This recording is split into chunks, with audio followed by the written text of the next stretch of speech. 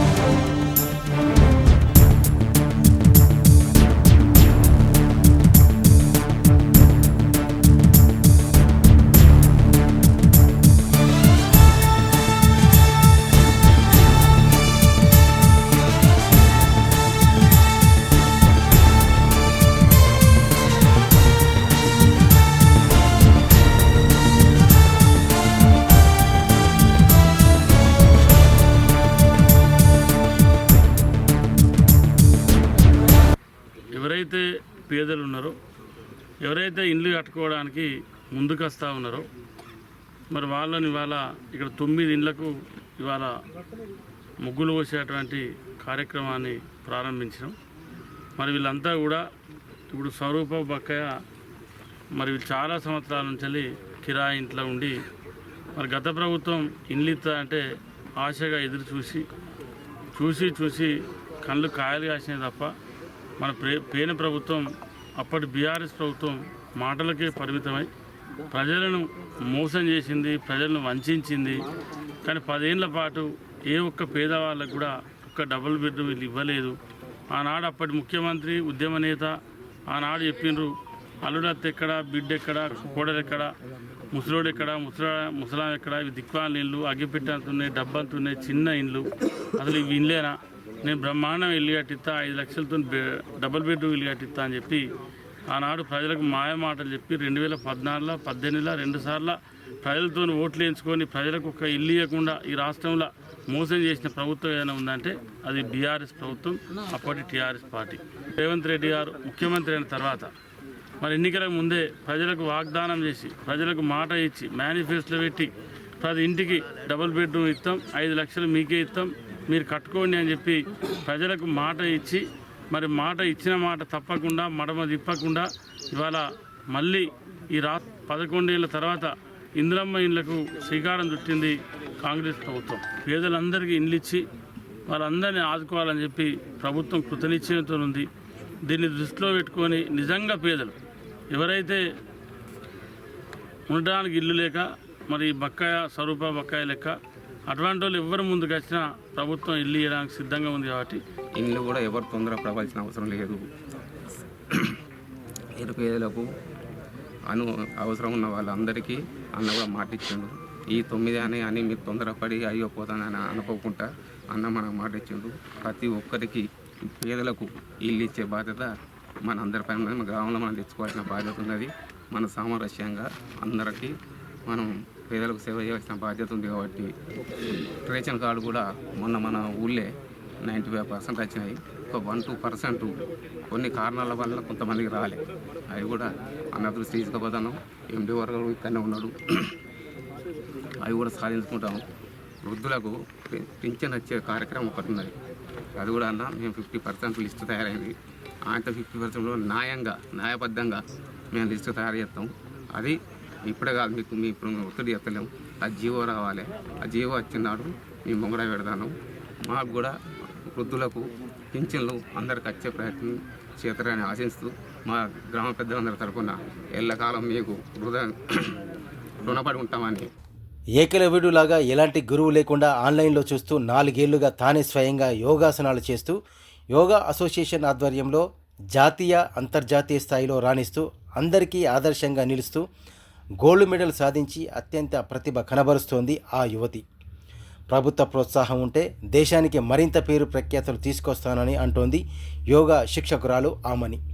పెద్దపల్లి జిల్లా సుల్తానాబాద్లోని మార్కండేయ కాలనీకి చెందిన జాపతి రాజిరెడ్డి సరోజన దంపతుల కూతురు జాపతి ఆమని ఓవైపు పీజీ జువాలజీ పూర్తి చేసి మరోవైపు యోగాలో ఆసనాలు చేస్తూ అంతర్జాతీయ స్థాయిలో రాణిస్తోంది. గోవా, పంజాబ్, కోల్కతా, నేపాల్, కేరళ రాష్ట్రంలోని త్రివేంద్రం అలాగే పలు రాష్ట్రాల్లో యోగా పోటీల్లో పాల్గొని అత్యుత్తమ ప్రతిభ కనబరిచి బంగారు, వెండి, కాంస్య పథకాలను సాధించి తెలంగాణకే వన్నె తెస్తుంది. యోగాను ఒక క్రీడగా గుర్తించిన ప్రభుత్వం ఒలింపిక్స్లో కూడా యోగాను ఒక క్రీడగా చేర్స్తే భారతదేశానికి గోల్డ్ మెడల్ సాధిస్తానని ధీమా వ్యక్తం చేస్తోంది యోగా శిక్షకురాలు ఆమని. అయితే యోగాను కూడా పాఠశాలల్లో, కాలేజీల్లో ఒక లెసన్గా గుర్తించి ప్రతి క్లాసులో ఒక పీరియడ్ ఏర్పాటు చేస్తే విద్యార్థులు తమ తల్లిదండ్రులు కూడా యోగాసనాలు నేర్పిస్తే భారతదేశమే రోగాలు లేని ఆరోగ్య దేశంగా ఉంటుందని ఆమని అభిప్రాయపడుతోంది. బం చిక్ బం బం చెయ్యి బాగా, ఒంటికి యోగా మంచిదేగా. లేజీగా ఒళ్ళు పెంచుకోక, నాజూగ్గా ఉంచు తీగలాగా. ఈజీగా రాజయోగా, ఏజిని మరిపించేయగా. ఈడు ముడతల ధూళి దులుపునుగా.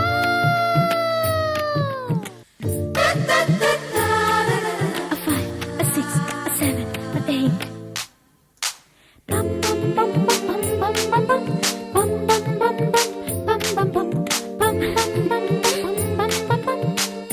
bum bum bum bum.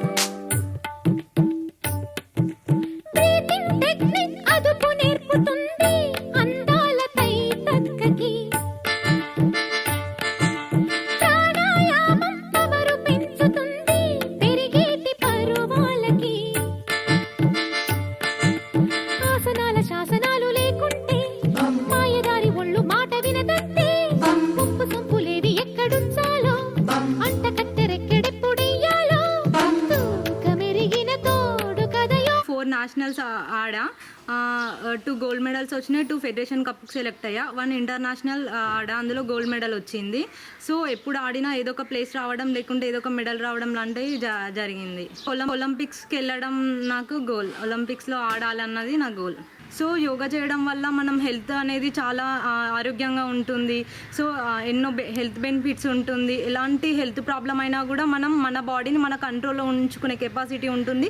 ఇలా సాత్వికంగా ఉండడం అయినా, ఎట్లాంటి అయినా కూడా మన యాంగ్రీ ఇష్యూస్ అయినా ఎలాంటి అయినా మన కంట్రోల్లో, మన బాడీని మన కంట్రోల్లో ఉంచుకునే కెపాసిటీ యోగా వల్ల వస్తుందని నేను ట్రస్ట్ చేస్తాను. మన స్టేట్లో మనకి యోగాకి అంత లేదు. సో ఇప్పుడిప్పుడే వస్తుంది. ఇంకా గవర్నమెంట్ ఎంకరేజ్ చేయాలి, ఎక్కువ సపోర్ట్ చేయాలి. అండ్ ప్లేసెస్ వచ్చినా ఏదొచ్చినా కూడా కొంచెం ఎంకరేజ్మెంట్ చేయడం వల్ల పిల్లలైనా ఎవరైనా కూడా ఇంకెక్కువ ఛాలెంజింగ్గా తీసుకొని ఎక్కువ మెడల్స్ కోసం వాళ్ళు ప్రాక్టీస్ చేస్తారు. సో అంత లేకపోవడం వల్ల ఎక్కువ మంది ఎక్కువ అది స్ట్రాంగ్గా తీసుకోలేకపోతున్నారు. స్కూల్లోనైనా కాలేజెస్లో అయినా కంపల్సరీ ఇది మన పిల్లల నుంచి స్టార్ట్ చేయడం ద్వారానే రేపు ఫ్యూచర్లో డెవలప్ అనేది జరుగుతుంది. సో పిల్లలు సరిగ్గా స్కూలింగ్లోనే వాట్ ఈజ్ యోగా అని నాలెడ్జ్ని గెయిన్ చేయడం వల్ల ఫ్యూచర్లో చాలా బెనిఫిట్స్ ఉంటాయి.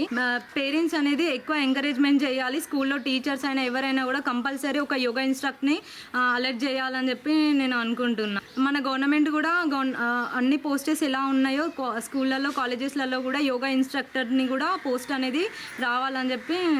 ఈ నెల 9న హైదరాబాద్లో జరిగే పద్మశాలి అఖిల భారత మహాసభలను విజయవంతం చేయాలని కోరారు.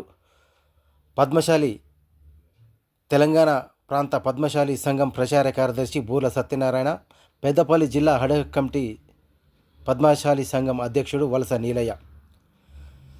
దానికి సంబంధించిన వాల్ పోస్టర్ను పద్మశాలి సంఘం నేతలు సుల్తానాబాద్లో ఆవిష్కరించారు. ఈ నెల 9న హైదరాబాద్లో జరిగే సభకు పద్మశాలి సంఘం నేతలు ప్రతి ఒక్కరూ తరలి రావాలని వారు కోరారు. పెళ్లికి వెళ్ళి వచ్చేసరికి ఇంట్లో దొంగలు పడ్డారు. పక్కనే కదా అని ఇంటికి తాళం వేయకుండా వెళ్లడంతో బంగారం, వెండి ఆభరణాలు ఎత్తుకెళ్లడంతో బాధితులు లబోదిబోమంటున్నారు. పెద్దపల్లి జిల్లా కాల్వశ్రీరాంపూర్ మండలం చిన్నరాతుపల్లి గ్రామానికి చెందిన మద్దెల రాజేందర్ అనే కుటుంబ సభ్యులు అదే వీధిలో తెలిసిన వారి వివాహానికి ఇంటికి తాళం వేయకుండా వెళ్లారు. అది గమనించిన దొంగలు ఇంట్లోకి చొరబడి బీరువా లాక్ పగలగొట్టి అందులో దాచిపెట్టిన 9.5 తులాల బంగారం, 8 తులాల వెండి పట్టీలు ఎత్తుకెళ్లారని బాధితులు తెలిపారు. సంఘటన స్థలాన్ని సుల్తానాబాద్ సిఐ సుబ్బారెడ్డి, ఎస్ఐ వెంకటేశ్వర్ పరిశీలించారు. డాగ్ స్క్వాడ్ క్లూస్ టీం ద్వారా వేలిముద్రలు సేకరించారు. బాధితుల ఫిర్యాదు మేరకు కేసు నమోదు చేసి దర్యాప్తు చేస్తున్నట్లు పోలీసులు తెలిపారు.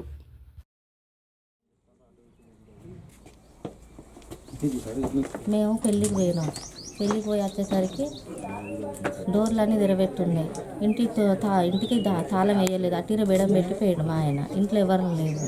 ఆ బెడం తీసుకొని ఇంట్లో లోపల ఉన్న డోర్లన్నీ తీసుకొని బీరువా తాళం కూడా మా దగ్గరనే ఉన్న తాళం బలం కొట్టుకొని 9.5 తులాల బంగారం, 8 తులాల పట్టీలు తీసుకొని పోయిండు. ఒకటే మాటి ఉన్న బుట్ట ఒకటి మాత్రమే విడిచిపెట్టిపోయిండు. అదొకటే ఉన్నది.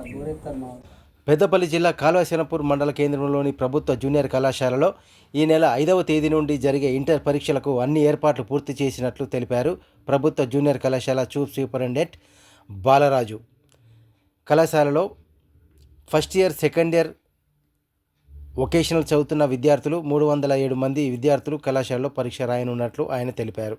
ఈ నెల 5వ తేదీ నుండి 22వ తేదీ వరకు ఇంటర్ పరీక్షలు జరుగుతాయని. మార్చి 5న జరగబోయేటువంటి పరీక్షలకు అన్నీ ఈ సెంటర్లో సిద్ధం చేసుకోవడం జరిగింది సార్. పిల్లలు 8 గంటలకల్లా కళాశాలకు చేరుకోవాలి. వాళ్ళను 8 గంటలకు హాల్లోకి పంపించడం జరుగుతుంది సార్. మొత్తం స్ట్రిక్ట్గా వాళ్ళకి చెకప్ చేసి గర్ల్స్కి, లేడీస్ తోటి, బాయ్స్కి మా జెంట్ సార్లతోటి, సిబ్బందితోటి వాళ్ళను చెక్ చేసి లోపలికి పంపించడం జరుగుతూ ఉంటుంది. ఈసారి వాళ్ళ వాచ్కి సంబంధించినటువంటి ఏది ఎలక్ట్రానిక్ వస్తువులు ఏది కూడా తేవద్దని బోర్డు నిర్ణయం తీసుకున్నది సార్. ఎటువంటి వాచ్లు పెట్టుకోకూడదు.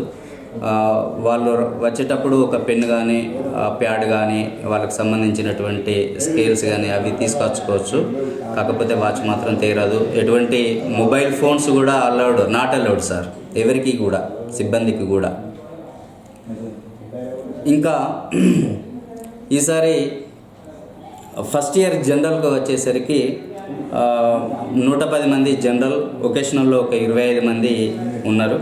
మరియు సెకండ్ ఇయర్ విద్యార్థులు 128 మంది, వొకేషనల్ విద్యార్థులు ఒక 30 మంది. వీరుగాక ప్రైవేట్ అభ్యర్థులు కూడా ఒక 14 మంది వొకేషనల్కి సంబంధించిన వాళ్ళు మన సెంటర్లో పరీక్ష రాయబోతున్నారు. మరి ఎటువంటి మాస్ కాపీయింగ్కు పాల్పడకుండా అన్ని పటిష్టమైన చర్యలు చేపడుతున్నాం. ఇక్కడనే పిల్లలను చెక్ చేసి లోపలికి పంపడం జరుగుతూ ఉంటుంది. వాళ్ళకి కావాల్సినటువంటి నీటి వసతి కావచ్చు, ఫ్యాన్లు కావచ్చు, అవన్నీ కూడా అరేంజ్ చేయడం జరుగుతుంది సార్. 8:15 లోపు పిల్లలను లోపలికి హాల్లోకి పంపిస్తాం సార్. మేము 9కి స్టార్ట్ అవుతుంది పరీక్ష. 12 గంటల వరకు ఒక విద్యార్థి కూడా బయటకు వెళ్లకుండా 12 గంటల వరకు కూడా జరుగుతుంది సార్. పెద్దపల్లి జిల్లా ఓదెల మండలం గుంపుల గ్రామానికి చెందిన సకినాల మదనమ్మ జ్ఞాపకార్థం వారి కుటుంబ సభ్యులు జమ్మికుంట శివాలయంలో అన్నదానం నిర్వహించారు. ఈ సందర్భంగా వారి కుమారుడు కృష్ణ తన తల్లి జ్ఞాపకార్థం నిరుపేదలకు అన్నదానం చేయడం చాలా సంతోషంగా ఉందన్నారు.